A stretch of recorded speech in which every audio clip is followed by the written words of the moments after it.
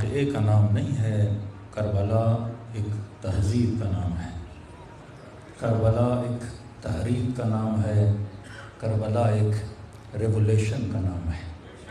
کربلا کا مطلب وجود انسان کو بیدار کیا جائے، غفلتوں کی نیند سے اسے اٹھایا جائے اور یہ سمجھایا جائے کہ دنیا میں کس مقصد کے لیے لایا گیا۔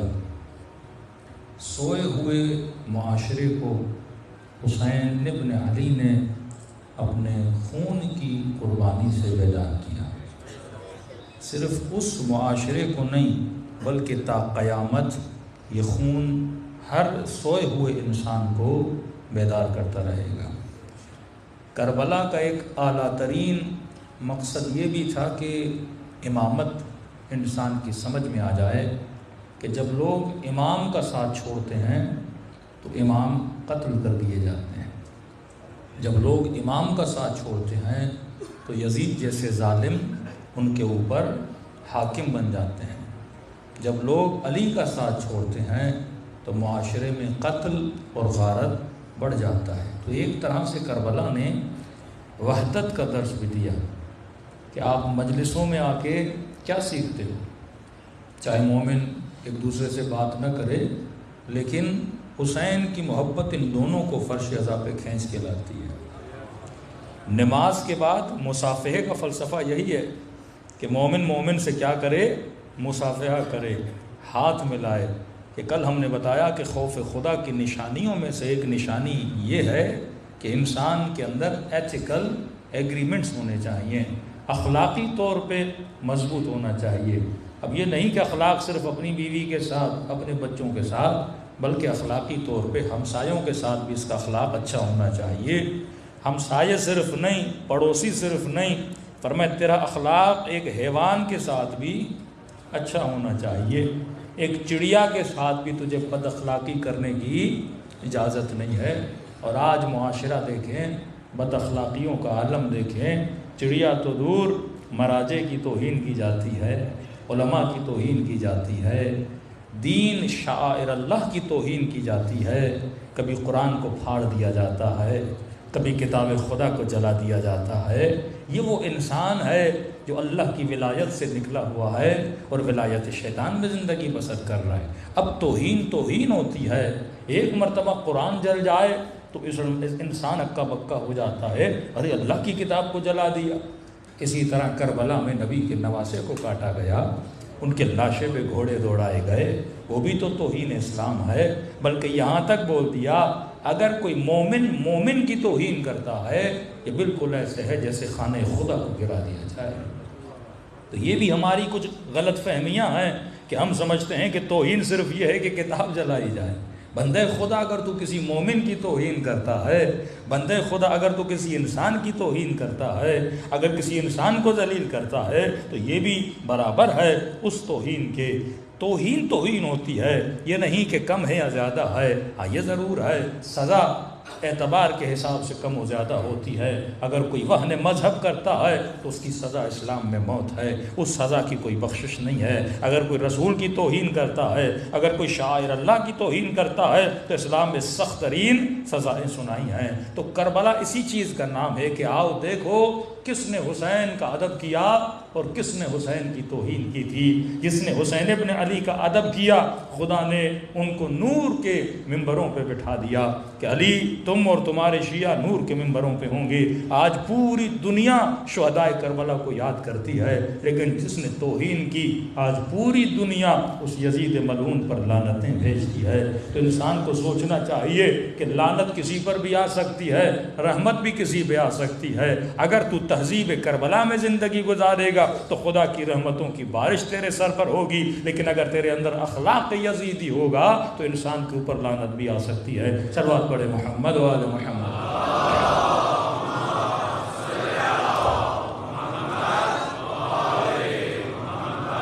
تو ایک اصول جو ہم نے امام حسین کی زندگی کا بتایا کہ مولا حسین کا واقعہ طرز زندگی کیسا تھا، میں نے اس طرز زندگی کو فالو کرنا ہے۔ ہم نے کہا کہ جو پہلا اسٹیج اہل بیت کی زندگی کا امامت ہے، علم ہے، عصمت ہے، وہ ہم نہیں لے سکتے۔ دوسرا اسٹیج زمانے سے تعلق رکھتا ہے، لیکن اصول اہل بیت ہر زمانے میں پابرجا ہیں۔ آپ گھر بدل لوگے، کھانے بدل لوگے، لیکن پیٹ کو کھانا تو چاہیے، یہ اصول ہے۔ بدن کو پانی تو چاہیے، اب آپ پانی کی جگہ پہ جوس پیو یا کوئی اور چیز پیو، اس بدن کو تری کی ضرورت ہے، اس بدن کو آئرن کی ضرورت ہے، اس بدن کو وٹامنس کی ضرورت ہے، اس بدن کو پروٹین کی ضرورت ہے۔ اب پروٹین کس جگہ سے پوری کرتے ہو یہ تیری مرضی ہے، لیکن اصول پابرجا ہیں۔ وہی بدن اس زمانے میں بھی تھا، اس زمانے میں بھی ہے، اصول کو تم نے فالو کرنا ہے۔ تو زندگی میں نے کچھ پلرز پہ کھڑی کرنی ہے۔ اب یہ پلرز یا شیطان کے ہیں یا رحمان کے ہیں، اب یہ ڈیسیجن تو نے لینا ہے۔ بعض اوقات جو معصوم کی چھٹی میں نے کل بات بتائی، معصوم فرماتے ہیں کہ تقریباً 75 لشکر ہیں عقل کے، 75 لشکر ہیں جہالت کے۔ سمجھو شیطان کے پاس 75 سپاہی ہیں، یہاں اللہ کے 75 سپاہی ہیں۔ پھر چھٹے امام نے ایک ایک سپاہی کا نام بتایا، فرمایا ہر انسان انہی سپاہیوں کے ساتھ پیدا ہوتا ہے۔ فرق یہ ہے تیرے اندر سے اگر نیک آدمی ہے اس کے اندر بھی یہ سپاہی ہیں، برا آدمی ہے اس کے پاس بھی نیک سپاہی ہیں۔ مثلا آیت اللہ العظمیٰ بہجت اتنے نیک آدمی، اب یہ نہیں کہ ان کے پاس جہالت کے سپاہی نہیں ہیں، لیکن انہوں نے اپنے سپاہیوں کو یا مار دیا ہے یا کوما میں بھیج دیا ہے۔ اسی طرح یہ نہیں کہ یزید کے پاس رحمان کے سپاہی نہیں ہیں، لیکن یزید ان سپاہیوں کو کیا کر دیا ہے؟ قتل کر دیا ہے۔ یہ سپاہی خدا سب کو دیتا ہے، کچھ کے پاس بالفعل ہیں، کچھ کے پاس بالقوہ ہیں۔ اب بالفعل اور بالقوہ کی اصطلاح اپنے ذہنوں میں بٹھا دیں۔ دیکھیے یا کافی جوان بیٹھے ہوئے ہیں لیکن شادی شدہ نہیں ہیں، تو یہ بالقوہ باپ بن سکتے ہیں پر بالفعل باپ نہیں ہیں۔ شادی ہوگی تو بعد میں جا کے باپ بنیں گے۔ جتنی بچیاں کنواری ہیں وہ بالقوہ ماں تو ہیں پر بالفعل ماں نہیں ہیں، مطلب ابھی ماں نہیں ہیں لیکن آگے جا کے ماں بن سکتی ہیں۔ صلاحیت موجود ہے لیکن صلاحیت کو بروئے کار ابھی تک لایا نہیں گیا۔ اسی طرح ہر بندے میں یہ صلاحیت موجود ہے کہ وہ سخی بنے، ہر بندے میں یہ صلاحیت موجود ہے وہ صبر کرے، ہر بندے میں صلاحیت موجود ہے اپنے غصے پہ کنٹرول کرے، ہر بندے میں صلاحیت موجود ہے اپنی شہوت پہ کنٹرول کرے، ہر بندے میں صلاحیت موجود ہے وہ عابد بنے، وہ زاہد بنے، وہ صابر بنے، وہ شاکر بنے، وہ حسد کو خود سے دور کرے۔ یہ ساری صلاحیت ہم سب میں موجود ہیں۔ اسی طرح ہم سب میں یہ صلاحیت موجود ہے کہ ہم ظالم بنے، ہم حاسد بنے، ہم مبغض بنے، دنیا کا گندے سے گندہ کام ہم کر سکتے ہیں کیونکہ قوہ اختیار پروردگار عالم نے ہم نے دیا ہے۔ اب یہ 75 سپاہی ادھر ہیں، 75 سپاہی ادھر ہیں۔ ہم نے کیا کرنا ہے؟ ہم نے جو صلاحیتیں چھپی ہوئی ہیں ان صلاحیتوں کو بروئے کار لا کے پریکٹیکلی اس سپاہی کو ہم نے استعمال کرنا ہے۔ اب پریکٹیکلی کرتے جاؤ گے اس سپاہی کو طاقت ملتی جائے گی اور دوسرے سپاہی کو مار دو گے۔ شمر نے کیا کیا؟ اس نے اپنے ہاتھوں سے اچھے سپاہیوں کو تیر مار کے قتل کر دیا۔ ہر نے کیا کیا؟ ہر نے اچھے سپاہی کو زندہ کیا، برے سپاہی کا گلا گھونٹ دیا۔ تو صلاحیت ہم سب میں موجود ہے۔ اب ایک اور مثال دوں تاکہ اور بات واضح ہو جائے۔ کچھ لوگ کہتے ہیں مولانا کیا فطرتاً بھی کوئی نیک ہو سکتا ہے؟ مثلاً پیدا ہوتے ہی کیا سب میں یہ صلاحیتیں ہوتی ہیں؟ ایسا ہے۔ مثلاً ایک ہی گھر میں ایک مومن کو 2 بچے ہوئے، دونوں ٹوئنس، ایک ہی ماں کے، ایک ہی باپ کے، ایک ہی گھر میں پیدا ہوئے، لقمہ اسی باپ نے کھلایا، تربیت اسی ماں نے کی، مطلب دونوں کی تربیت سیم ایک ہی ماں کر رہی ہے، کھانا بھی وہی، اسی ماں کا دودھ پی رہے ہیں۔ لیکن جیسے یہ بچے بڑے ہوتے ہیں ایک بچہ کنجوس ہوتا ہے، ایک بچہ سخی ہوتا ہے۔ تربیت ایک ماں نے کی ہے، لقمہ ایک ہی باپ کا، شکم ایک ہی مادر کی، نطفہ ایک ہی باپ کا، لیکن جیسے بڑے ہوتے ہیں ایک سخی ایک کنجوس۔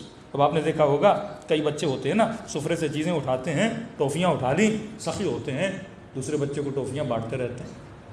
لیکن ایک بچہ وہ ہوتا ہے خدا نہ خاصا اس کے ہاتھ میں ٹافی لگ جائے، پورا گھر پیچھے لگے لیکن یہ مٹھی نہیں کھولتا، مجال یہ کسی کو اپنی چیز دے دے۔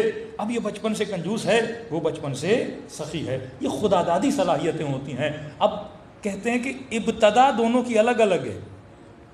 ابتدا میں شاید آپ کو لگے کہ عدالت نہیں ہے، یہ بائی نیچر سخی ہے، یہ بائی نیچر تھوڑا کنجوس ہے۔ تو میں اس کی مثال اس طرح دیتا ہوں کہ آپ نے وہ لوگ جو ریس کرتے ہیں، دوڑتے ہیں میدان میں، آپ نے دیکھا ہوگا ان کے نمبرز برابر نہیں ہوتے۔ ریسنگ کے لیے بعض آپ نے دیکھا ہوگا کہ مثلا 1 2 3 4 5 تو ایک پیچھے ہوتا ہے، 2 تھوڑا آگے ہوتا ہے، 3 اور آگے ہوتا ہے، 4 اور آگے ہوتا ہے، تو واقعاً دیکھنے والے کو لگتا ہے بھائی یہ سب کو برابر کیوں نہیں کھڑا کیا، یہ آگے پیچھے کیوں کھڑا کیا گیا ہے؟ تو کہتے ہیں ابتدا ایک جیسی نہیں ہے، لیکن جب آپ ان سے پوچھو گے تو وہ کہتے ہیں سائز کے اعتبار سے، میٹر کے اعتبار سے اگر انتہا سے کاؤنٹ کیا جائے تو ان کی انتہا کیا ہے؟ انتہا رینج برابر ہے۔ تو ہو سکتا ہے ہماری ابتدا ایک جیسی نہ ہو، پر اللہ نے انتہا ایک جیسی رکھی ہے۔ جس نے وہ اجر حاصل کرنا ہے، عقل، اختیار، حساب و کتاب، انتہا خدا نے سب کی کیا رکھی ہے؟ سیم رکھی ہے۔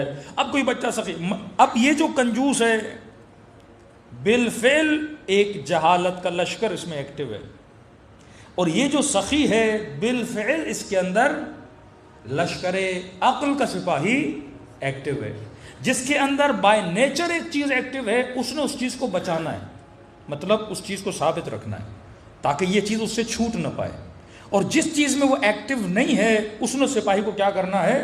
ختم کرنا ہے، ایکٹیو کرنا ہے۔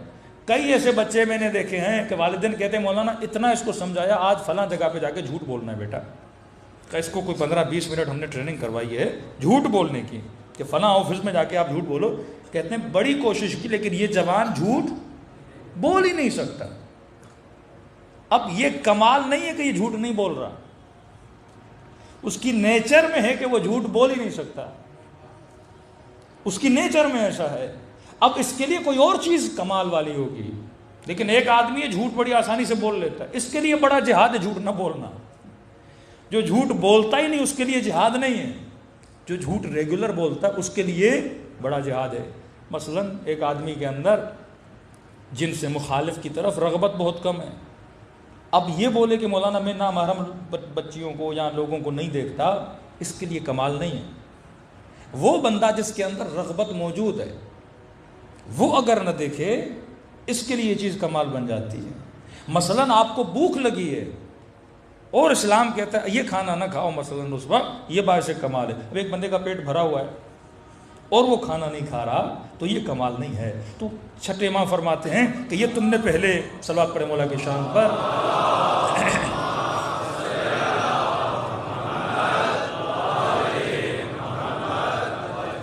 تم نے پہلے چیک اینڈ بیلنس کرنا ہے کہ واقعاً کون سا سپاہی تمہارے وجود میں کیا ہے؟ ایکٹیو ہے۔ اور یہ کہاں سے سیکھو گے؟ یہ طرز زندگی اہل بیت علیہ الصلوۃ والسلام سے سیکھو گے۔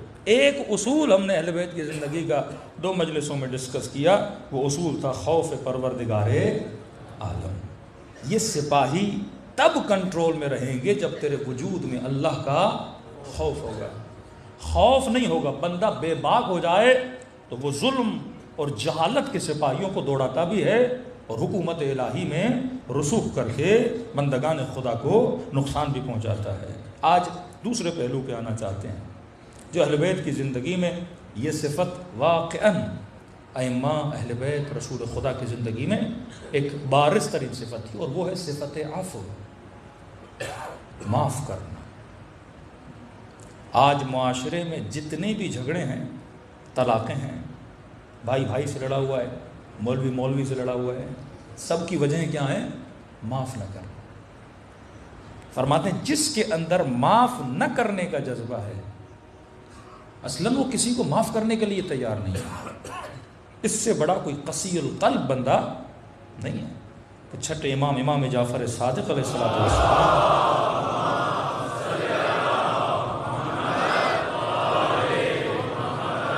مولا فرماتے ہیں مومن سے ناراض اور 3 دن سے زیادہ گزر جائیں، اگر صلح نہ کریں دونوں پر اللہ کی اور اہل بیت کی لعنت ہے۔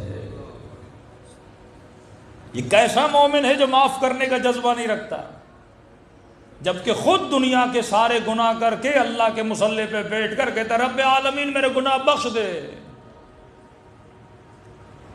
الا تحب یغفر اللہ لکم، کیا تم پسند نہیں کرتے خدا تجھے معاف کرے؟ کہ حبیب کہتے اگر یہ پسند کرتے ہیں میں انہیں بخشوں تو ان کو بولو یہ میرے بندوں کو بخشنا سیکھیں۔ ہم اللہ سے بڑی سخاوت کا تقاضا کرتے، پر کہتے ہم سخاوت نہ کریں، ہم کہتے ہیں صبح سے شام تک گناہ کرے لیکن خدا میرے گناہوں کو بخش دے۔ لیکن ہم کسی مومن کو معاف کرنے کے لیے تیار نہیں، بھائی بھائی کو معاف کرنے کے لیے تیار نہیں، بیوی شوہر کو معاف کرنے کے لیے تیار نہیں، ماں بیٹے کو معاف کرنے کے لیے تیار نہیں۔ یہ جتنی سوسائٹی میں پرابلمز ہیں معاف نہ کرنے کی وجہ سے۔ اصلاً پاکستان کا پولیٹیکل ایشو کیا ہے کہ کوئی ایک دوسرے کو معاف کرنے کے لیے تیار نہیں ہے۔ اللہ کہتا ہے بہتری معاشرے میں آ ہی نہیں سکتی اگر معافی کا جذبہ نہ ہو۔ ارے فتح مکہ کے بعد جنہوں نے جنگ احد میں تکلیفیں دی رسول خدا کو، جناب حمزہ کے بدن کو مسلح کیا گیا، ناک کاٹی گئی، کان کاٹے گئے، توہین کی گئی، لیکن وہی ابو سفیان رسول کے سامنے آتا ہے، معافی کا طلبگار ہوتا ہے، رسول خدا اس کو اسلام میں آنے کی اجازت دیتے۔ فتح مکہ کے بعد جب یہ لوگ ہجرت کر کے مدینے گئے تو ان کی بیویوں نے ان کے ساتھ اور ان کے بچوں نے مہاجرین کے ساتھ بڑی زیادتیاں کی، اور جب یہ واپس آئے اور وہی بیویاں قدموں پہ گر گئیں، وہی بچے، اب فتح مل گئی نا، رسول مکے کے حاکم بن گئے، قرآن کی آیت اتری ہے، حبیب ان کو کہو کہ اگر معافی مانگ رہی ہیں تو بخش دیں، کوئی بات نہیں، لیکن خطا نہ کریں، یہ نہیں کہ پھر پلٹ کے گناہ کریں، معافی ہے۔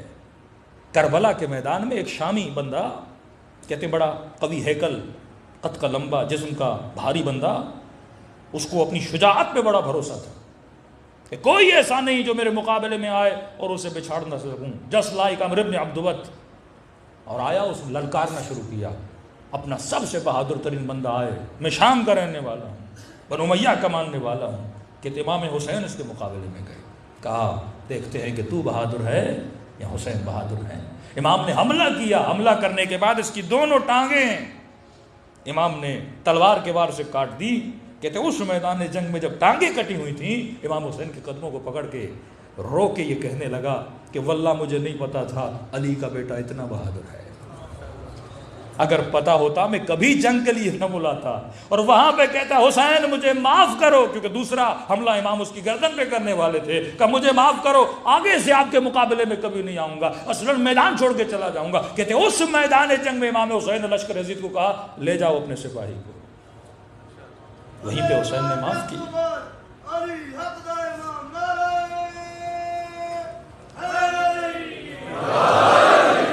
معافی کا جذبہ اگر مومن کے وجود میں نہ ہو، یہ مومن کیسا ہے؟ علی ابن مہذیار 18 سال یا 21 سالوں پہ بحث نہیں ہے، لیکن اتنے سال حج پہ جا رہا تھا تاکہ مجھے امام زمانہ کی زیارت ہو جائے۔ مستند ہے علی ابن مہذیار کا واقعہ، نہیں ہو رہی زیارت۔ اتنے سالوں کے بعد انسان کے صبر کی بھی ایک حد ہوتی ہے۔ خانہ خدا کے غلاف کو پکڑ کے ہلا ہلا کے کہنے لگا پروردگارا کیوں اپنے ولی کو میری نگاہوں سے چھپایا ہوا ہے؟ شکایت کرنے لگا خدا، اتنے سالوں سے آ رہا ہوں۔ پیچھے سے کسی نے کاندھے پہ ہاتھ رکھا، علی ابن مہذیار اس نے نہیں چھپایا، تیرے عمل نے چھپایا ہوا ہے۔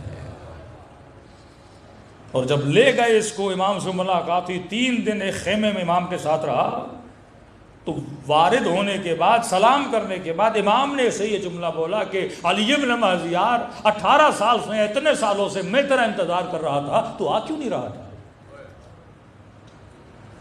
تعجب سے کہتا ہے مولا آتا میں تھا ملنے کے لیے، ملتے آپ نہیں تھے، اوپر سے مجھے کہہ رہے ہیں کہ تو مجھ سے ملنے کیوں نہیں آتا تھا؟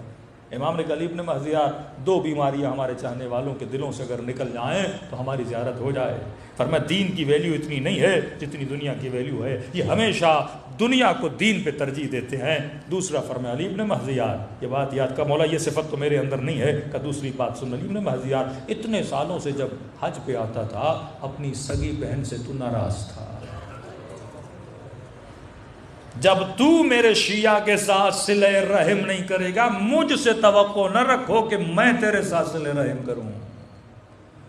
کہ اس سال آ رہے تھے، ہم نے تیرے دل میں ڈالا کہ بہن سے مل کے آ، اس سال تو حج پہ آنے سے پہلے بہن سے مل کے آیا، اور یہ شرف زیارت تجھے اللہ نے کیا کیا ہے؟ عطا کیا ہے۔ وہ بلی کے لیے مشہور ہے نا کہ بلی کھا کے حج پہ چلی کہتے ہیں نا، پوری دنیا کے ساتھ بندہ ظلم کر کے آپ کے حکمرانوں کی طرح حج کرنے چلا جائے،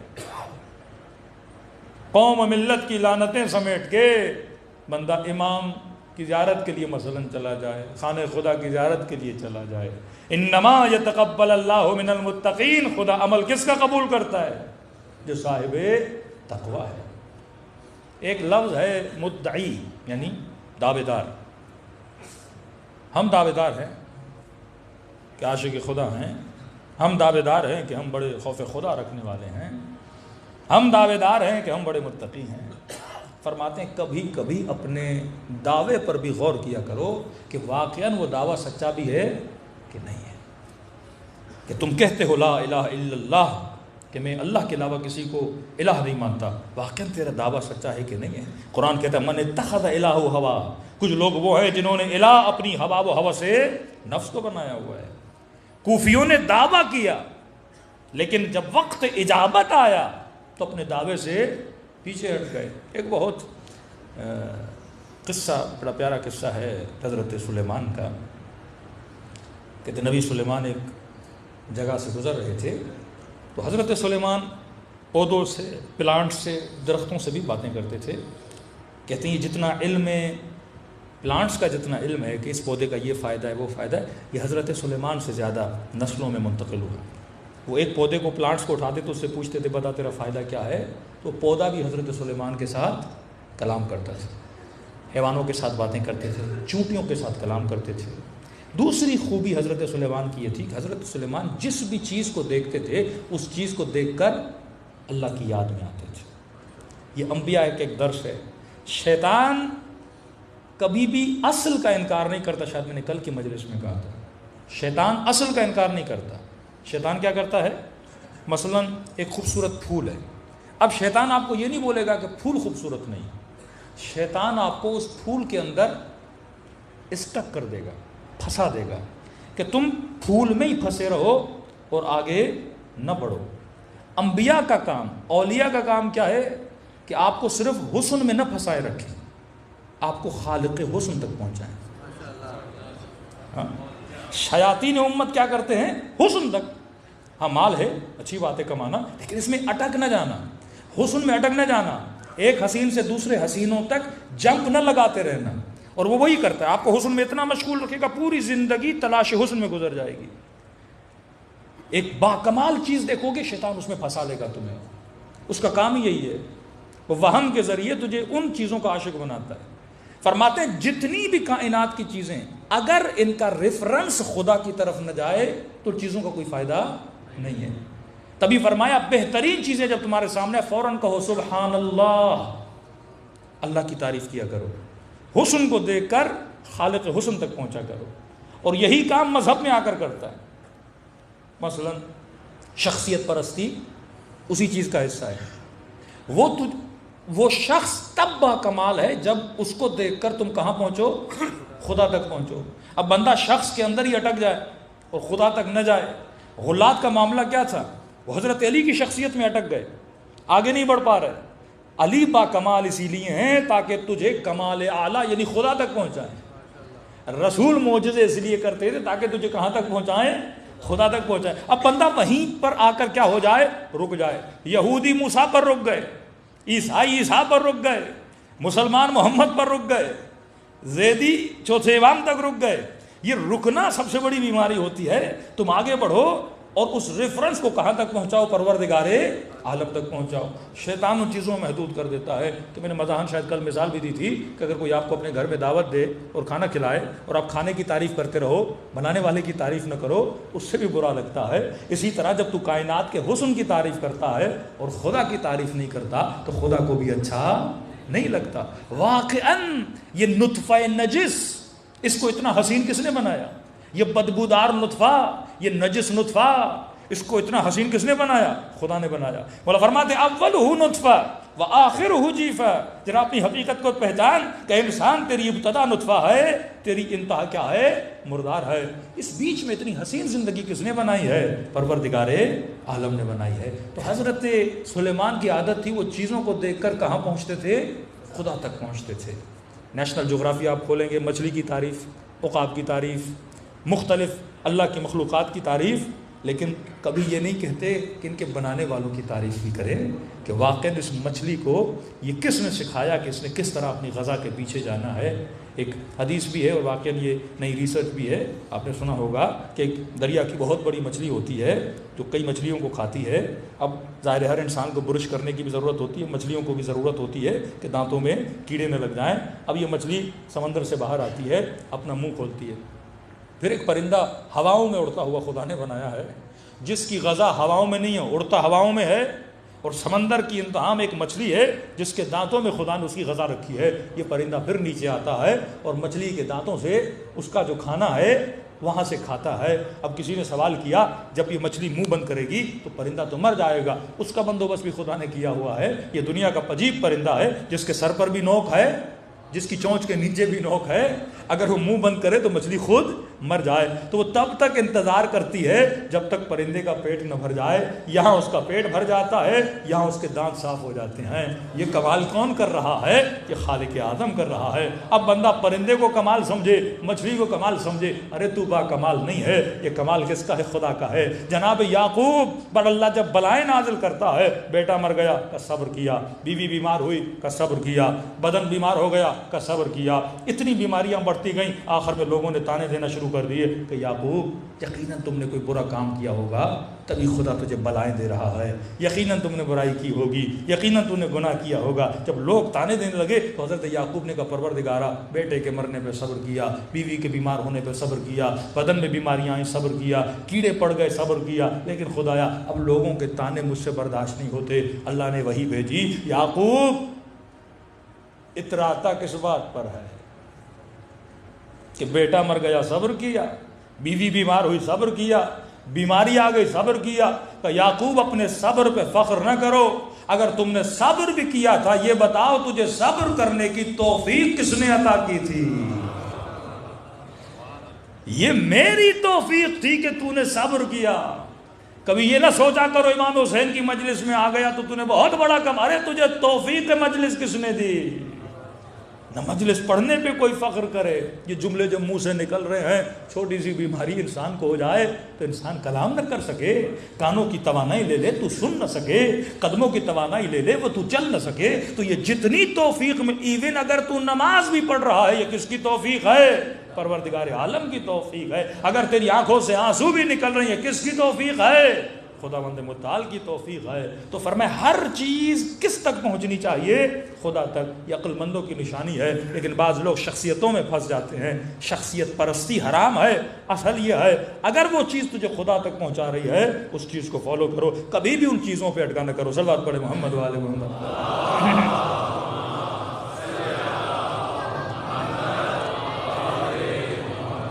ہم نے کہا مدعی ادعا کرنا کہ واقعا میں علی کا ماننے والا ہوں یہ بڑا آسان ہے، مولا حسین کا ماننے والا، مولا میں ہوتا اپنی جان قربان کرتا، ادعا ہے، میں لا الہ میں موحد ہوں، یہ ادعا ہے، دعویٰ کر رہا ہوں کہ میں ماننے والا ہوں۔ لیکن کبھی میں نے 5 منٹ کے لیے سوچا کہ یہ دعویٰ کتنا سچا ہے، اگر واقعاً پریکٹیکلی ایسا وقت میرے اوپر آئے میں کیا کروں گا؟ حضرت سلیمان گزر رہے تھے، کیا دیکھا؟ ایک چڑیا اور ایک چڑا، اب نر اور مادہ۔ اب یہ کہانیاں ہمارے اندر بھی ہیں اور حیوانوں کے اندر بھی ہیں، مزاج ایک ہی ہے۔ اب اس چڑے نے چڑیا کو باتیں کر رہے تھے اور باتیں دلچسپ تھیں تو حضرت سلیمان رک گئے۔ اب یہ جو نر تھا مادہ چڑیا کو بول رہا تھا کہ مجھ سے شادی کر لو، اب وہ مان ہی نہیں رہی۔ اب منوانے کے لیے وہ ایک دعویٰ کرتا ہے، کہتا ہے دیکھ اگر تو مان گئی نا تو میں اپنی چونچ سے سلیمان کا تخت اٹھا کے سمندر میں پھینک دوں گا۔ اب یہ حضرت سلیمان دیکھ رہے ہیں کہ چڑا بول رہا ہے کہ میں سلیمان کا تخت اٹھا کے سمندر میں پھینک دوں گا، کہ تو ایک پتھر نہ اٹھا سکے تو تخت سلیمان کو اٹھا لے گا۔ سلیمان کو اچھا نہ لگا، کہ چڑیا ہوتے ہوئے جانتا بھی ہے میرا تخت نہیں اٹھا سکتا اور اس کو پھنسانے کے لیے میرے تخت کو اٹھانے کی باتیں کر رہا ہے۔ کئی جوان بھی ایسے کام کرتے ہیں کہ آپ راضی ہو جائیں تو ہم چاند توڑ کے آ جائیں گے، ستارے توڑ کے آ جائیں گے، اور انسان بھی کتنا بھولا بھالا ہے، وہ بھی مان جاتی ہیں کہ ہم سے بہت پیار کرتے ہیں کیونکہ بولا ہے ہم ستارے توڑ کے آ جائیں گے، حالانکہ عقل سلیم والا ہر بندہ سوچ بھی لے کوئی ستارہ توڑ کے آ نہیں سکتا، اور توڑ کے آ بھی گیا تو اتنا بڑا ہے تو ہی مر جائے گا، کئی ستارے زمین سے زیادہ بڑے ہیں، کوئی توڑ ہی نہیں سکتا۔ اب یہ گیم ان دونوں میں چل رہی تھی، حضرت سلیمان نے سن لیا، وہ دعوے کیے جا رہے ہیں، تخت سلیمان کو اٹھا لوں گا، تیرے لیے یہ کر دوں گا، تیرے لیے وہ کر دوں گا، اور سلیمان نے دونوں کو بلایا کہ ادھر آؤ، چڑیا کو کھڑا کیا، کہا کیا بول رہا ہے، میرا تخت اٹھائے گا، سمندر میں پھینک دے گا؟ تو کہنے لگا اے نبی سلیمان، المحب لا یلام، محبوب کی ملامت نہیں کی جاتی، آپ بھی جانتے ہو میں محبت میں دعوے کیے جا رہا ہوں، ہاں محبوب کی ملامت نہیں کی جاتی، آپ بھی جانتے ہیں میرے اندر اتنی طاقت نہیں ہے، دعویٰ کر رہا ہوں۔ اے سلیمان کو اس کا جملہ بڑا اچھا لگا، اب اس کی سفارش کرنے لگے اس چڑیا سے کہ جب بندہ اتنے دعوے کر رہا ہے، اتنی محبت کے وعدے دے رہا ہے، تو تو راضی ہو جا، اس سے شادی کر لے۔ اس نے کہا کہ نبی سلیمان ہوا مدعی، دعویٰ کر رہا ہے، کرے گا کچھ بھی نہیں میرے لیے۔ چڑیا سمجھدار تھی آج کل ہمارے نسلوں سے زیادہ، کہ نبی سلیمان دعویٰ کر رہا ہے، ایک نمبر کا جھوٹا ہے، میں نے کئی چڑیوں سے اسے یہ بات کہتے ہوئے سنا ہے، سب کو یہی بولتا ہے تخت سلیمان لے کر آ جاؤں گا، تخت سلیمان لے کر آ جاؤں گا، یہ کروں گا، جھوٹا ہے، دعویٰ کر رہا ہے۔ نبی سلیمان، میں نے کہا کیا کہ ہر چیز سے کیا لیتے تھے؟ سبق لیتے تھے، عبرت لیتے تھے۔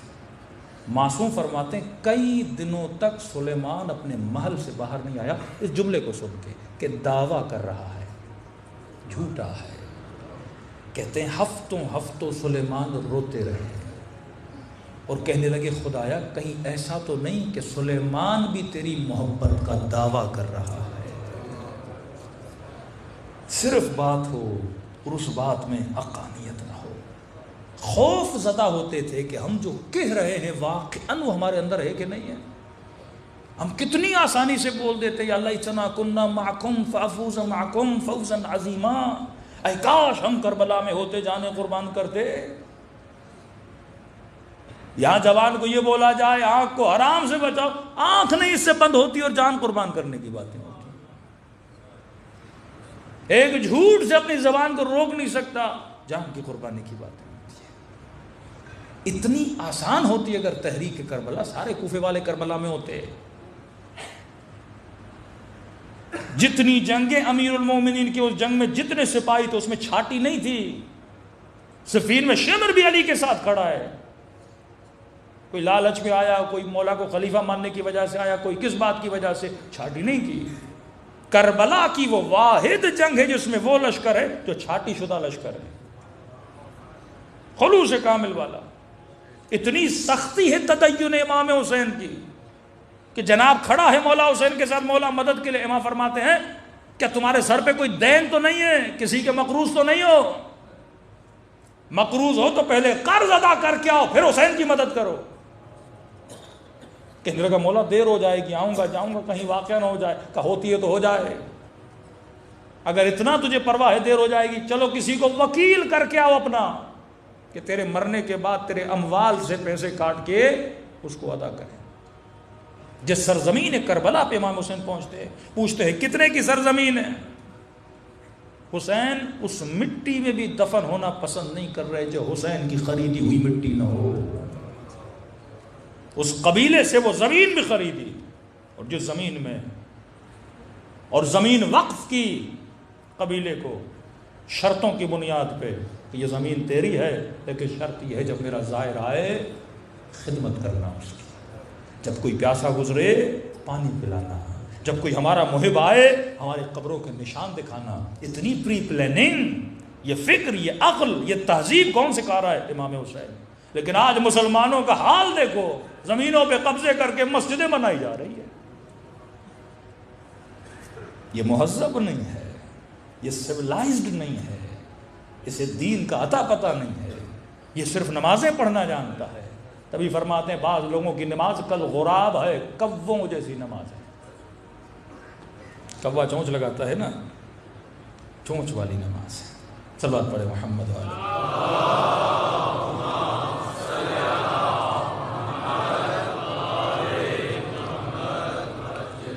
دوسری بات، جب بات حکمت کی ہو تو حکمت کی بات ہمیشہ تلوار کے دو لبوں کی طرح ہوتی ہے، ایک طرف کوئی اور ہوتا ہے، ایک طرف کوئی اور ہوتا ہے۔ مثلا رسول خدا یہ فرما رہے ہیں کہ حبیب بلغ ما انزل الیک من ربک فإن لم تفعل فما بلغت رسالتہ۔ اے حبیب اعلان ابلاغ کرو، جو ہم نے تجھے کہا وہ پہنچا دو، اگر تم نے یہ کام نہ کیا تو گویا تم نے رسالت کا کوئی کام انجام نہ دیا۔ اب اس بات سے آپ یہ سمجھیں کہ اللہ رسول کو دھمکی دے رہا ہے، اگر نہ کیا تو یہ ہو جائے گا۔ یہ حکمت کی بات ہے، کسی چیز کی اہمیت کو بیان کرنے کے لیے ایسا جملہ آتا ہے کہ اس امر کی اہمیت کو سمجھو۔ اللہ کو پتا ہے کہ میرا نبی بات کو پہنچائے گا، وہ نبی کیسا ہے جو اللہ کی بات کو نہ پہنچائے۔ ہاں، یا بعض آیتوں میں حبیب اگر تم علیہ باللہ شرک کرو تو اللہ کی تلوار تیری شہرگ پر ہے۔ ہاں، اب علیہ باللہ کوئی سوچ بھی سکتا ہے رسول کے لیے؟ کبھی کبھی کسی موضوع کی اہمیت کو بیان کرنے کے لیے سخت جملہ بولا جاتا ہے۔ مثلا غیبت کے لیے اتنا سخت جملہ کہ میں ممبر سے بھی ڈرتا ہوں اس جملے کو بیان کرتے ہوئے کہ جس نے غیبت کی گویا اس نے خانہ خدا میں اپنے محرم کے ساتھ زنا کیا۔ ہاں، موضوع کی اہمیت کو بیان کرنے کے لیے اس سختی کو بیان کیا جا رہا ہے کہ سمجھو یہ امر کتنا زنا کے لیے بھی ایسا نہیں بولا، غیبت کے لیے بولا۔ اب ہمارے لیے امر فحشا اتنا برا نہیں ہے، امر فحشا بہت برا ہے، اور ہمارے لیے غیبت اتنی بری بات نہیں ہے، لیکن اسلام میں غیبت اس سے زیادہ بری بات ہے، کیونکہ جب تو ایک گناہ کرتا ہے، مثلا خدا نخواستہ بند کمرے میں تو ایک گناہ کر دیتا ہے، اس کا تعلق تیری ذات سے ہے، لیکن جب تو غیبت کرتا ہے اس کا تعلق معاشرے سے ہے، فساد پھیل جاتا ہے، بھائی آپس میں لڑتے ہیں، طلاقیں ہو جاتی ہیں، مومنین کی دلوں میں تو نفرتیں پیدا کر دیتا ہے، اور مفسد فی الارض کی سزا اسلام میں سزائے موت ہے۔ تبھی انفرادی گناہوں کا اتنی سزا نہیں جتنا اجتماعی گناہوں کی سزا ہے۔ اسی طرح ہم مجلس میں کئی جملے بولتے ہیں جو دو لبے ہوتے ہیں۔ اب ایک جملہ ہم نے بولا، ایک مومن نے اتنے میسج کیے، آدھا تو میں، بعض لوگ تو واقعاً ہر زمانے میں یہ ایسے لوگ ہوتے ہیں کہ جب حکمت بھرے آپ جملے معصوم کے نہ سمجھیں۔ میں نے ایک جملہ کہا تھا کہ کسی نے مولا علی سے پوچھا کہ ابلیس کی بیوی کا نام کیا ہے؟ ایسے ہی لوگ آتے تھے رسول خدا سے پوچھتے تھے کہ یا رسول اللہ، حضرت عیسیٰ نے، موسیٰ نے جو اژدہا بنایا تھا، وہ جو اژدہا بنا تھا وہ نر تھا یا مادہ تھا؟ یا موسیٰ کی نانی کا نام کیا تھا، دادی کا نام کیا تھا؟ تو اہل بیت اور رسول گرامی ایسے لوگوں کی کیا کرتے تھے؟ مذمت کرتے تھے کہ تمہارا سوال صحیح نہیں ہے، سوال وہ ہونا چاہیے جس سے کیا ملے؟ علم ملے۔ اب ہم نے کہا مولا علی اس کو سائڈ پہ لے گئے، مولا نے اس کی مذمت کی کہ تم سوال کیسا کر رہے ہو، سوال وہ ہونا چاہیے جس سے تمہارا ایمان بڑھے یا علم بڑھے۔ پھر یہ آگے بڑھا، لوگوں نے کہا مولا نے کیا جواب دیا، تو اس نے لوگوں کو یہ بولا کہ اب علی سے ایسے سوال نہ کیا کرو۔ ابن سعد کے باپ کے لیے مشہور ہے نا کہ مولا جناب ابن عباس فرماتے ہیں کہ علی جب خطبہ دے رہے ہیں، کبھی کبھی انسان وجد میں ہوتا ہے۔ اہل بیت اور چھٹے امام توحید مفضل آپ پڑھ لیں چھٹے امام کی، وہ راز امام نے بتائے ہیں کہ انسان پریشان ہو جاتا ہے۔ آخر میں امام بتاتے ہیں اب میں تجھے بتاؤں گا ملائکوں کی خلقت کیسے ہوئی، زمین کی پوری خلقت امام نے بتا دی، ملائکوں اب آج تک ہم تک وہ حدیث نہیں پہنچی ہے۔ اسی طرح امیر المومنین جناب ابن عباس کہتے ہیں مولا وجد میں تھے اور ایک بہت ہی علمی باتیں اور خطبے دے رہے تھے، اور وہ خطبہ نہج البلاغہ موجود ہے لیکن آدھا ہے، پورا نہیں ہوا، اور کہتے ہیں دیتے دیتے جب مولا نے دعویٰ کرتے تھے سلونی سلونی قبل ان تفقدونی، ایک بندہ پیچھے اٹھا اور کہنے لگا کہ علی میرے سر پہ بال کتنے ہیں؟ اب مولا نے اسے یہ نہیں بتایا تیرے سر میں بال کتنے ہیں۔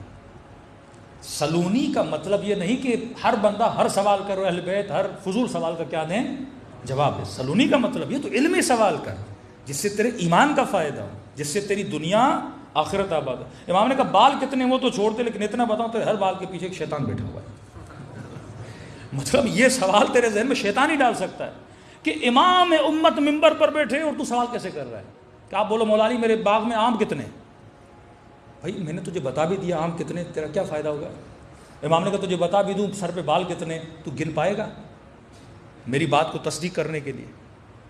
ہاں، ایک ہمارے مولانا تھے، اب بعض اوقات یہ مجمع کے اندر مسائل بھی ہوتے ہیں نا، کوئی مولوی آتا ہے تو کہتے ہیں بس سوال کیے جائیں کیے جائیں کیے جائیں، یہ نہیں کوئی کام کا سوال کرو بندے خدا.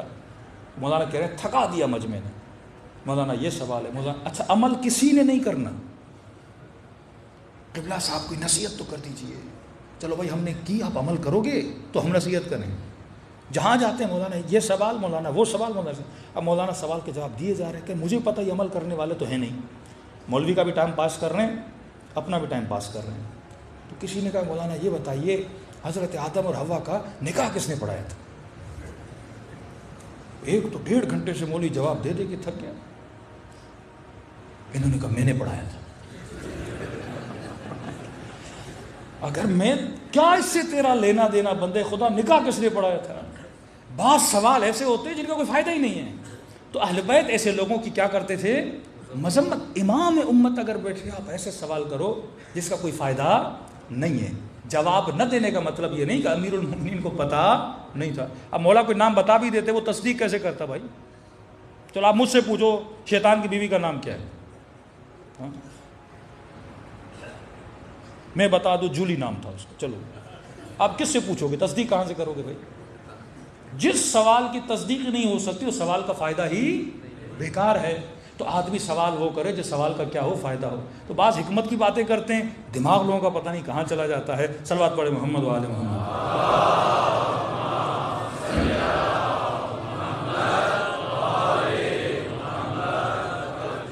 امر کو سمجھنے کی کوشش کرو. اب خدا یوسف کا قصہ سنا رہا ہے, بندہ اب یوسف میں اور قصے میں پھنس جائے. عبرت لو. مطلب یہ ہے کہ جب گناہ کی دعوت ہو تو گناہ سے کیا کرو؟ بچو.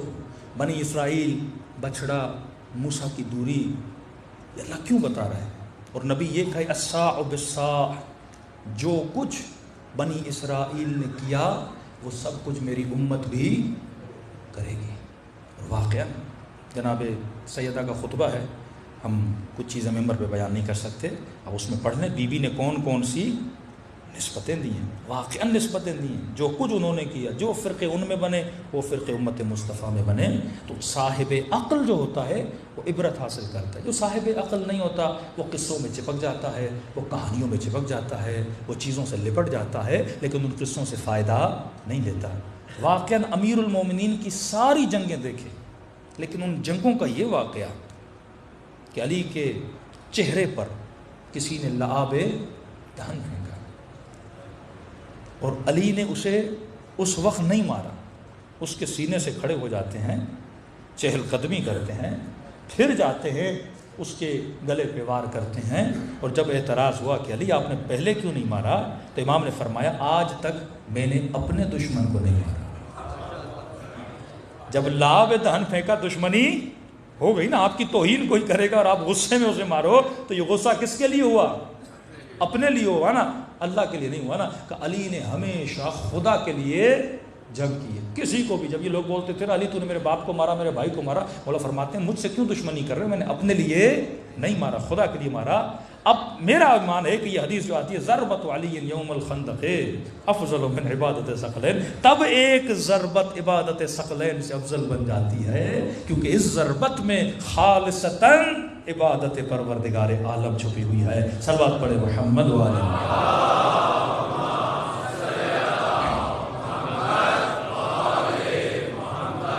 زندگی اہل بیت حکمتوں سے بھری ہوئی ہے. جس بندے میں حکمت نہیں عبادت کا فائدہ نہیں.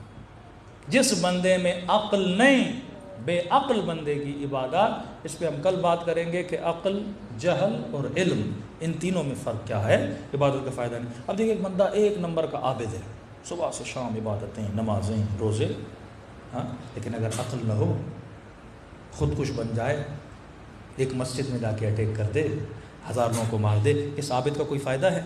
ایک ایسا عابد جس کے اندر عقل نہیں ہے. خوارج کے اندر عقل نہیں تھی, عبادتیں برملا کرتے تھے. تو اہل بیت علیہ الصلوۃ والسلام سب سے پہلی چیز جو انسان کو سکھاتے تھے یزکیہم ویعلمہم الکتاب والحکمہ, تزکیہ کر, پاک و پاکیزہ کر. پاک و پاکیزہ کرنے کے بعد انہیں کیا سکھا؟ علم سکھا. علم سکھانے کے بعد کیا سکھا؟ حکمت سکھا کہ میں نے کس زمانے میں کس طرح علم کرنا ہے. اب وہ غیبت جس کے لیے یہ فرمایا جائے کہ غیبت کرنے کا گناہ اس طرح ہے جس طرح خانہ خدا میں بندہ بدکاری کرے, اب حکمت کہ پھر جملے فرمایا وہ غیبت جو اتنا برا ہے لیکن 3 جگہوں پہ غیبت کرنا ثواب ہے. ہاں حکمت بندہ اگر جانے. اب میں ساری مجلس پڑھ دوں غصہ کرنا حرام ہے، غصہ کرنا حرام ہے، لیکن کئی جگہوں پہ غصہ کرنا ضروری ہے. غصہ نہ ہو تو بندے میں غیرت نہ ہو، غصہ نہ ہو تو میدان جہاد میں کیسا جائے، غصہ نہ ہو تو دینداری معاشرے میں کیسے پھیلائے. کوئی انرجی بری نہیں ہوتی، اس انرجی کو میں نے کہاں یوز کرنا ہے یہ حکمت کی بات ہوتی ہے. ہاں اب غیبت کہاں کرنا جائز ہے سرسری بتا رہا ہوں. مثلا ایک مومن نے اس کے گھر پہ بیٹی کا رشتہ آیا ہے. ہاں ایک جوان آیا کہ آپ اپنی بیٹی مجھے دے دیں. اب بھائی کون ہو؟ کہ میں بحریہ ٹاؤن میں رہتا ہوں، فلاں جگہ پہ رہتا ہوں. اب آپ آ گئے بحریہ ٹاؤن، مسجد خدیجۃ الکبریٰ. ہاں بھائی یہ جوان آتا ہے مسجد میں، نماز پڑھتا ہے، کیسا لڑکا ہے؟ آپ نے کہا بھائی کیوں پوچھ رہے ہو؟ کبھی اس نے بیٹی کا رشتہ مانگا ہے. اب آپ کو پتا ہے اس جوان میں کوئی بری عادت ہے. اب یہاں بڑے نیک بن جاؤ، نہیں غیبت تو نہیں کرنی. ہاں بھائی بڑے جناب اچھے ہیں، اس نے ظن رکھنا ہے، معصومین نے فرمایا ہے، اور کل وہ بیٹی کی شادی کرا اس کا ستیہ ناش ہو جائے. یہاں بتانا ضروری ہے، صرف اسے یہ نہیں کہ لاؤڈ پہ بولو اس کا رشتہ ہے جوان برا. نہیں، جو تجھ سے پوچھنے آیا ہے واقعاً بیٹی کا رشتہ آیا ہے اسے بتانا ضروری کہ بندے خدا ہاں نماز تو پڑھتا ہے لیکن مثلا غصے کا تیز ہے، نماز تو پڑھتا ہے لیکن جب غصہ آتا ہے مثلا گالیاں بھی دیتا ہے. یہ بیماریاں اس کے اندر ہیں. آگے آپ جانو، آپ کا کام جانے. پہلی منزل. دوسری منزل، کوئی آدمی بزنس کرنا چاہتا ہے، ایک آدمی کو پارٹنر بنانا چاہتا ہے، وہ آپ سے آ کے مشورہ مانگتے ہیں، بندے خدا اس سے پارٹنر بنا رہا ہوں، بندہ امین تو ہے، کل چوری تو نہیں کرے گا، پیسے لے کے بھاگ کے تو نہیں جائے گا. آپ بولو نہیں بھائی میں غیبت نہیں کروں گا، حرام ہے، اب تم جانو تمہارا کام ہے. نہیں، یہاں تجھے بتانا ضروری ہے تاکہ اس بندے کے مال میں نقصان نہ ہو. نوکری کے لیے کوئی نوکر رکھ رہا ہے اپنے گھر میں، چوکیدار بنا رہا ہے، کہہ رہا کیسا بندہ ہے، اور آپ کو پتا بھی ہے 2-3 بنگلوں کو لوٹ چکا ہے، اور آپ بولو نہیں غیبت کرنا حرام ہے. بھائی میں نہیں بتاؤں گا، اور کل اس کا بنگلہ لوٹ جائے تو سارا گناہ کس پر ہے؟ تیرے اوپر آئے گا. تیسرا مقام، اگر کوئی مظلوم دہائی سنانے کے لیے تیرے پاس آئے، یہ مظلوم بندہ ہے جس کو کسی نے مارا ہے، کسی نے بیٹی کو مار دیا، کسی نے بیٹے کو مار دیا، کسی نے زیادتی کی ہے، کسی نے بیٹی کو طلاق دے دی، تو یہ بھی آ کے بتاتے ہیں نا کہ میری بیٹی کے ساتھ یہ ظلم ہوا، بیٹے کے ساتھ ہوا. اب اور بھی غیبت نہیں کروں میں، نہیں بس بات اس کا من ہلکا کرنے کے لیے چند باتیں سن لو تاکہ اس کا من کیا ہو جائے؟ ہلکا ہو جائے. چند جگہوں پہ ایک چیز جائز ہے، ایک جگہ پہ کیا ہے؟ حرام ہے. صلوات پڑھے محمد و آل محمد.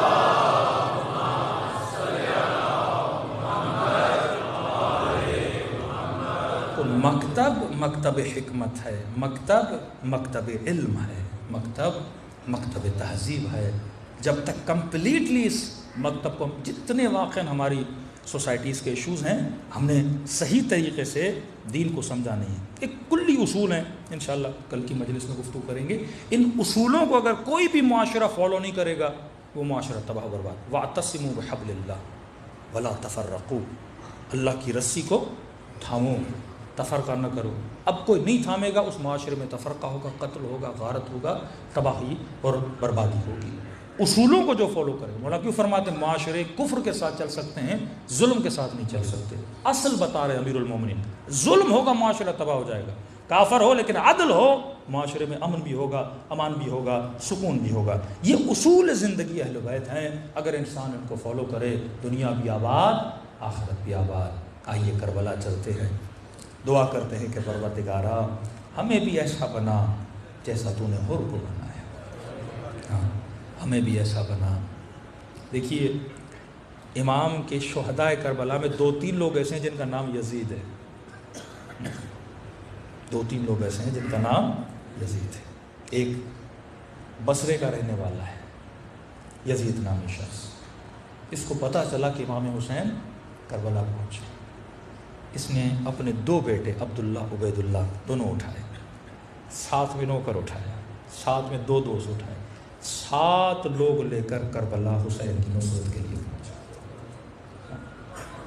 اصل کردار انسان کا صحیح ہونا چاہیے، وہ عشق، وہ مروت، وہ محبت اہل بیت سے ہونی چاہیے. واللہ زندگی کا پتہ نہیں ہے کتنے جنازے آپ اٹھاتے ہیں.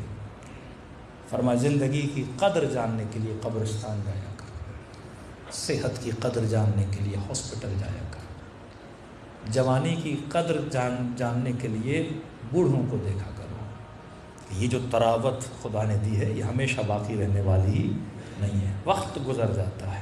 وقت کی قدر جانو، وقت کی قیمت جانو، کیونکہ معصوم فرماتے ہیں مرنے کے بعد وہ حسرت کھائے گا انسان۔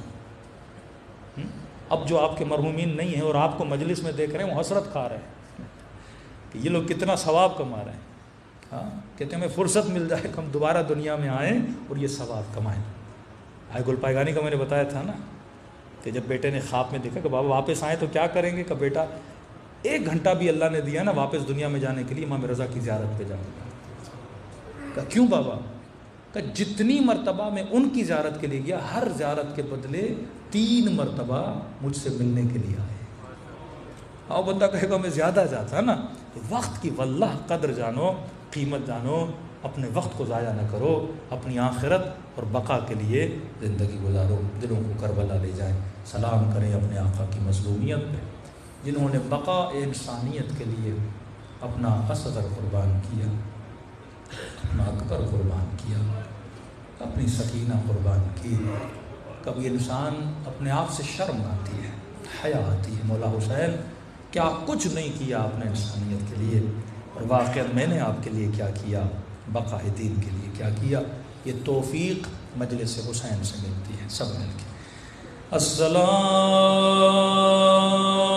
علی الحسین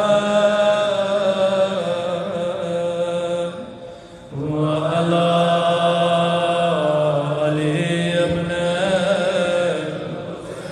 وعلی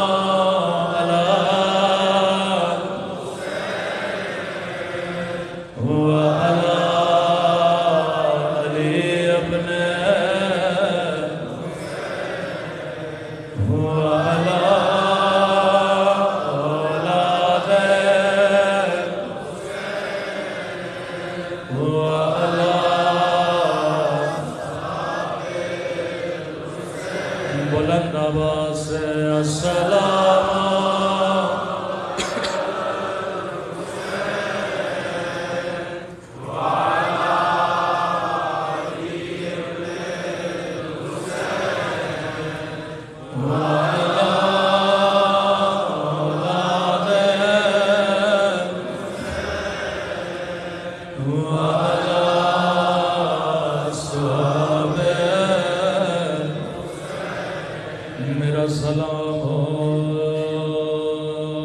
اس درد بھرے منظر پہ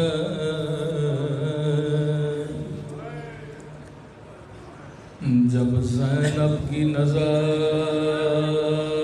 حسین کی پامال لاش پہ پڑی، نگاہوں کو آسمان کی طرف بلند کیا، کہنے لگی میرے اللہ میرا حسین اس قابل تو نہ تھا کہ اس کے بدن پہ گھوڑے دوڑائے جائے، میرے اللہ اماں زہرا نے چکیاں پیس پیس کے پالا تھا، بڑا مشکل ہے بھائی کے زخمی بدن کو دیکھنا، کبھی علی اکبر کے جنازے پہ جاتے دار و قطار روتے، بی بی فضا کہتی ہیں کوئی ایسا شہید نہیں جس پہ بی بی زینب نے گریہ نہ کیا، ماں کو قریب نہیں آنے دیتی تھی، سب سے پہلے خود جاتی تھی روتی تھی، لیکن فضا کہتی ہیں ایک مرتبہ خیمے میں 2 ننھے لاشیں لائے گئے، کہیں بھی زینب نظر نہیں آئے، خیمے میں گئی کیا دیکھا بی بی کا سر سجدے میں ہے رو کے کہہ رہی ہے الحمدللہ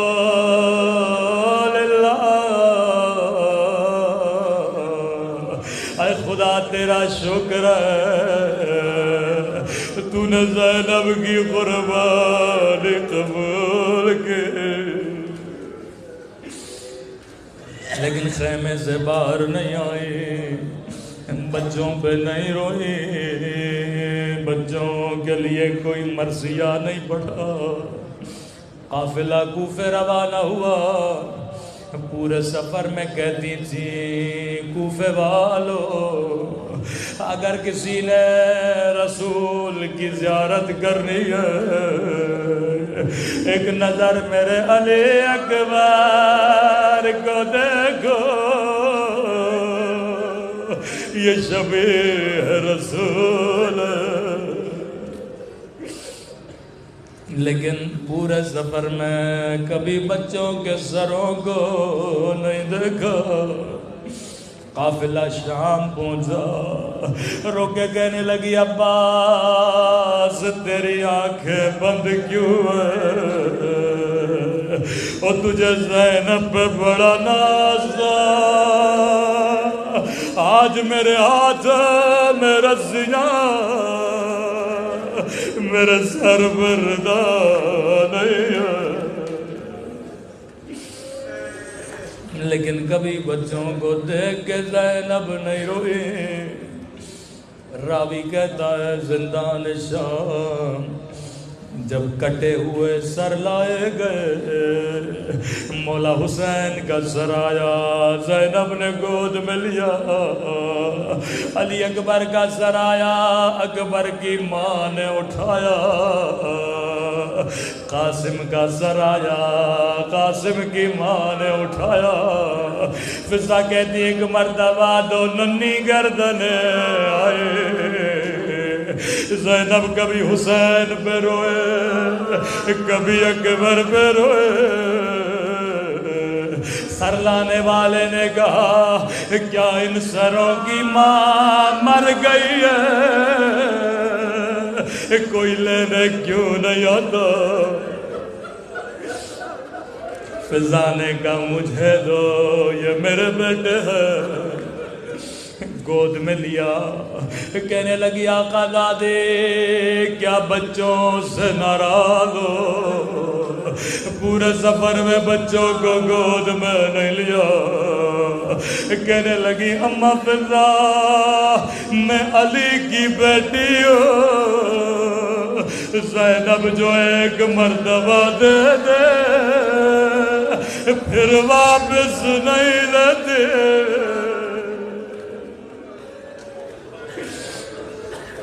فضا کہتی ہیں پورے سفر میں زینب کبھی بچوں پہ نہیں روئی قافلہ کربلا پہنچا ایک ایک قبر پہ گئیں ماتم کیا گریہ کیا لیکن وہاں بھی بچوں پہ نہیں روئی قافلہ واپس مدینے پہنچا مدینے والے استقبال کے لیے آ گئے رو کے کہنے لگی ہے مدینوں کی عورتوں میں زینب اجڑ گئے میرا حسین مار گیا میرا اکبر مار گیا او میرا قمر بنی ہاشم عباس مار گیا فضا کہتی ہے یہاں پر بھی بچوں کا نام نہ لیا کہنے لگی سجاد نانا کے روزے پہ جانا چاہتی ہوں لیکن سجاد تنہا جانا چاہتی ہوں فضا کہتی ہیں جیسے نانا کے روزے میں گئے بڑی حسرت سے نانا کی قبر کو دیکھنے لگے کہنے لگی نانا نانا بڑی دور سے آئی ہوں پوچھو گے نہیں زینب کیا لائی ہو یہ کہہ کر قبر کی طرف بڑھے، کلائیوں سے کپڑا ہٹایا، نانا کی قبر پہ رکھا، او نانا تیری امت نے دادیانے مارے، او نانا میری چادر چھینے، نانا میرا حسین مار گیا، لیکن زینب نے بچوں کا نام نہ لیا۔ فضا کہتی ہیں نانا کے روزے سے باہر آئے، سیدھا جنت البقیع اماں کی قبر پہ آ گئے۔ اب یہاں پہ زینب نے کوئی لمبے مصائب نہیں پڑھے، ایک مرتبہ خون بھرا کرتا نکالا، ماں کی قبر پہ رکھا، زلزلہ آیا ہوگا، زینب کرتا ہٹا، رو کے کہنے لگی اماں تجھ سے کرتا برداشت نہیں ہوا، لیکن میں نے 70 قدموں سے حسین کے گلے پہ خنجر چلتا ہوا دیکھا۔ اماں زینب سے پوچھو کیا گزرے؟ کسی نے کہا بی بی عبداللہ بلا رہے ہیں۔ اب آپ بھی صاحب اولاد ہو، میری مائیں بہنیں مجلس میں موجود ہیں، ذرا سوچ کے بتاؤ زینب کیا سوچ کے گھر جانے لگے؟ عبداللہ پوچھیں گے زینب میرے اولا محمد کا کیا ہوا؟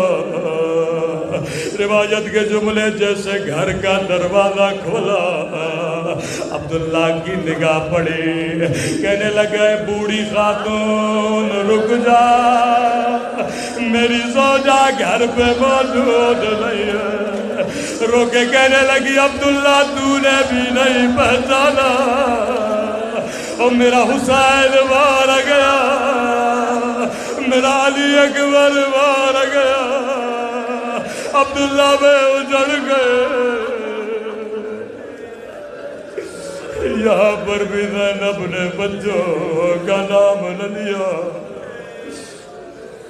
لیکن ذرا سوچ کے بتاؤ زینب کے سینے میں بھی ایک ماں کا دل تھا۔ جیسے گھر کے صحن کو دیکھا زینب کو یاد آیا کبھی تو بچے صحن میں کھیلا کرتے تھے، ایک مرتبہ بچوں کا کمرہ کھولا، کیا دیکھا دو ننھے سے مسلوں کو سینے سے لگایا۔ اے میرے بچوں اب زینب کا دل نہیں لگتا، اے خدا زینب کو بھی اٹھا لے۔ جب میرا حسین نہ رہا میں زینب بھی جی کے کیا کروں گے؟ اے خدا تجھے زینب کے یتیمی کا واسطہ، تجھے دو ننھے بچوں کا واسطہ، ہمارے مولا اور آقا امام کا ظہور فرما۔ اے خدا ہم سب کے صغیرہ کبیرہ گناہ معاف فرما، ہمارے والدین کے صغیرہ کبیرہ گناہ معاف فرما، تو مانگا نہیں مانگا خزانے قدرت سے عطا فرما۔ محترم